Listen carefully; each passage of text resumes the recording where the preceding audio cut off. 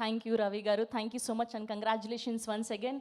Yes, ఆయన చూడ్డానికి చాలా కుదురుగా వినయంగా కనిపిస్తారు, కానీ బాక్స్ ఆఫీస్ దగ్గర పలకరిస్తే మాత్రం ఉప్పెనని క్రియేట్ చేస్తారు. సో మా పెద్ది పెహల్వాన్ని ప్రపంచానికి పరిచయం చేసినటువంటి మా డైరెక్టర్ బుచ్బాబు సానా గారిని సాధారణంగా వేదిక మీదకి ఆహ్వానం పలికేస్తున్నాం. థ్యాంక్ యూ అండి. థ్యాంక్ యూ అందరికీ. ఎక్కడికి రావాలా? అందరికీ థ్యాంక్ యూ అండి. ఈ సినిమాని ఇంత ఘన విజయం చేయించినందుకు, ఇంకా చేస్తున్నందుకు అందరికీ, ప్రేక్షకులందరికీ ధన్యవాదాలండి. ఒక మంచి కథని చెప్పడానికి నేను చరణ్ సారు ఇద్దరం మేము ముందుకు వచ్చామండి. అంటే ఇది రెగ్యులర్ ఒక కమర్షియల్ ఫిలిం కాదండి. ఇది ఒక 5 పాటలు 5 ఫైట్లు ఉండే సినిమా కాదండి. చరణ్ సార్కి చెప్పినప్పుడు కూడా తెలిసింది. అంటే ఒక ఇన్స్పిరేషనల్ స్టోరీ ఇది, ఒక పెద్దిగాడి జర్నీ. అంటే 2017-18లో అనుకుంటా మోడీ గారు ఖేలో ఇండియా అని పెట్టారు. అంటే మట్టిలో ఆటగాళ్ళని వెతుకుదాం, అంటే ఇంటింటికి వెళ్ళి ఓటకు అడుక్కుంటాం కదా, అలాగే ఇంటింటికి వెళ్ళి ఆట కూడా అడుక్కుందాం, ఆటగాళ్ళని తీసుకొచ్చి దేశానికి పరిచయం చేద్దామని పెట్టారు. దాన్ని ఇన్స్పిరేషన్ కింద కూడా తీసుకున్నాను నేను ఖేలో ఇండియాని ఈ ఫిలింకి. మేము చరణ్ సార్ కూడా మేము మాట్లాడుకున్నాం. అందుకే బొమ్మన్ గారు అంటారు ఏంటంటే, ఏంటి ఈడు తెస్తాడు విలేజర్స్ని చూసి ఒక నెగిటివ్ మైండ్ సెట్స్తో ట్రావెల్ మొదలవుతుంది బొమ్మన్ గారి ట్రావెల్. ఈడు తెస్తాడా ఈ విలేజర్స్ తెచ్చేది ఇండియాకి మెడల్స్ అనుకుంటాడు. కానీ ఆయన మైండ్ సెట్ మారి ఈ విలేజర్స్ మెడల్స్ తేగలరు అని ప్రూవ్ చేసేయడానికి. ఎందుకంటే ఫర్ ఎగ్జాంపుల్ విలేజెస్లో ఒక 150 కేజీలు 200 కేజీలు మూటలు అలవోకగా మోసేసే ఒక మనిషి ఇక్కడ ఉండిపోయాడు కాబట్టి కూలోడు అయ్యాడు. అదే నేషనల్కి వెళ్ళి ఉంటే ఒక హెవీ వెయిట్ ఛాంపియన్ అవుతాడని నేను నమ్మానండి.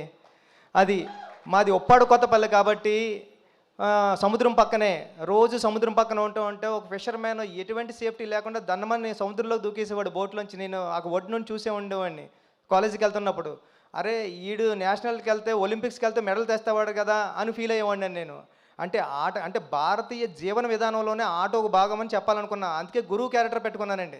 అందుకే హీరో మూట మోసి గిరేస్తే అది కుస్తీ బాంగిడి పొట్టని, వాటర్ మోస్తే ఇంకొకటని, ఇలా ప్రతి ఆటలోని అంటే భారతీయ జీవన విధానంలోనే ఆట ఉందని చెప్పాలనుకుని చాలా ప్రయత్నం చేసామన్నమాట అండి. ఈ కథ అంటే అలవోకగా ఏదో నార్మల్గా చెప్పేయచ్చండి. కమర్షియల్ ఫిల్మ్ చేసేయచ్చు. కానీ ఒక స్పోర్ట్స్ జోనర్లో అంటే ఇంకా చాలా విషయాలు, అంటే ఒక మనిషికి ఒక వ్యవస్థకి గుర్తింపు ఎంత ఇంపార్టెంటో చెప్పాలనుకున్నామండి ఈ కథలో. అంటే ఎవరైనా సరే ఒక కుర్రోడు ఏడుస్తూ ఉన్నాడంటే, అప్పుడే పుట్టినాడు క్యారమని ఏడ్చాడంటే, నేను పుట్టానురా నన్ను గుర్తించండి అని ఏడుస్తూ ఉంటాడు ఆ సౌండ్. అంటే అలాంటి గుర్తింపు కోసం ఒక మనిషి ఎంత స్ట్రగుల్ చేస్తాడు తన ఊరు కోసం, తన ఊరు గుర్తింపు కోసం. అలాంటి ఒక మంచి మాట చెప్పాలనుకున్నమాట అండి. నెక్స్ట్ ఏంటంటే ఫర్ ఎగ్జాంపుల్ ఎన్నో అంటే నాకు తెలుసు రంపచోడవరం లాంటి ఏరియాల్లోనే నేను 100% లవ్ సినిమా షూటింగ్కి వెళ్ళినప్పుడు సుకుమార్ గారితో రంగస్థలం షూటింగ్కి వెళ్ళినప్పుడు ఎన్నో అంటే విలేజర్స్కి ఒక మనిషి మనకలాంటి ఒకడు ఉన్నాడని కూడా తెలియదండి. అలాంటి విలేజెస్ ఇండియాకి కనెక్షన్ లేని ఎన్నో విలేజెస్ ఉన్నాయండి. వాళ్ళని చూస్తే మనం షాక్ అవుతాం. అంటే ఇప్పుడు వరకు వచ్చి తిను ఎప్పుడు సిటీలోకి రాలేదా, మనకి ఇలాంటి డ్రెస్ ఉంటుందని తెలీదా, మనకు సెల్ ఫోన్ ఉంటుందని తెలీదా అని మనం ఆశ్చర్యపోతాం. అలాంటి మనుషులకి ఇండియాకి ఒక కనెక్షన్ ఉండాలా, ఒక ట్రాన్స్పోర్టేషన్ ఉండాలా, వాళ్ళందరినీ కూడా మన ఇండియన్స్ అనుకోవాలని మన భుజమే చేస్తే ఇది మన బ్రదరేనా అనుకుంటాడు. అలాంటి వాళ్ళందరూ ఉన్నారండి. వాళ్ళందరూ అలాంటి ఇండియాలో అలాంటి గ్రామాలు ఎన్నో, నేను అన్నట్టు ఒక 20,000 గ్రామాలు 18,000 గ్రామాలు ఉన్నాయని నేను చదివాను. అలాంటి వాళ్ళందరికీ ఒక కనెక్షన్ కావాలా, వాళ్ళందరినీ ఇండియాలో కలపాలని ఒక మంచి మాట చెప్పాలని ప్రయత్నం చేసామాట అండి ఈ సినిమాలోనే. ఇలాంటి ప్రయత్నానికి రామ్ చరణ్ గారు ముందు నిలబడి తీసుకెళ్లారు. చరణ్ సార్ మిమ్మల్ని నేను ఎప్పటికీ మర్చిపోలేను.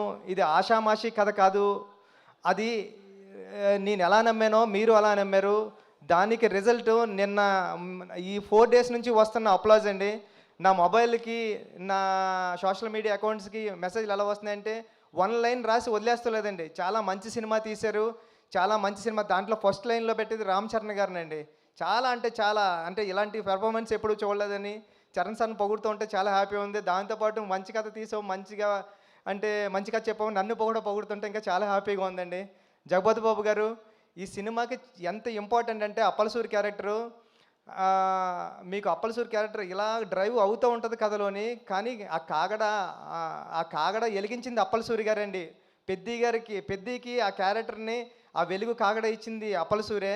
జగపతి బాబు గారు లేకపోతే ఈ క్యారెక్టర్ నేను ఊహించుకోలేను. లాస్ట్లో కూడా అందుకే నేను ఈ స్టేషన్ వచ్చేసిన తర్వాత అప్పల వలస అని పెట్టామాట అండి స్టేషన్. ఇది అప్పలసూరి అప్పలసూరి క్యారెక్టర్కి జగపతి బాబు గారు అంత ప్రాణం పోసారండి. Thank you so much.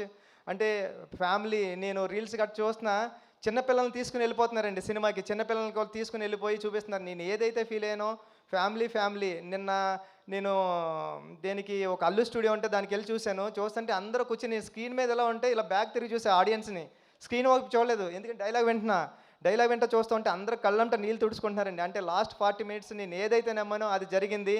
Same time నేను చరణ్ సార్తో ఐమాక్స్కి వెళ్ళాం, ప్రసాద్ ఐమాక్స్కి వెళ్ళినప్పుడు చూసినప్పుడు చరణ్ సార్కి అందరూ లెగిసి హాస్పిటల్ సీన్ దగ్గర క్లాప్స్ కొట్టి అందరూ ఇలాగా హెడ్ బెండ్ చేసి చరణ్ సార్ అని నేషనల్ అవార్డు అని అరుస్తున్నారండి. అన్నా నీకు నేషనల్ అవార్డు వస్తుందని అరుస్తున్నారు.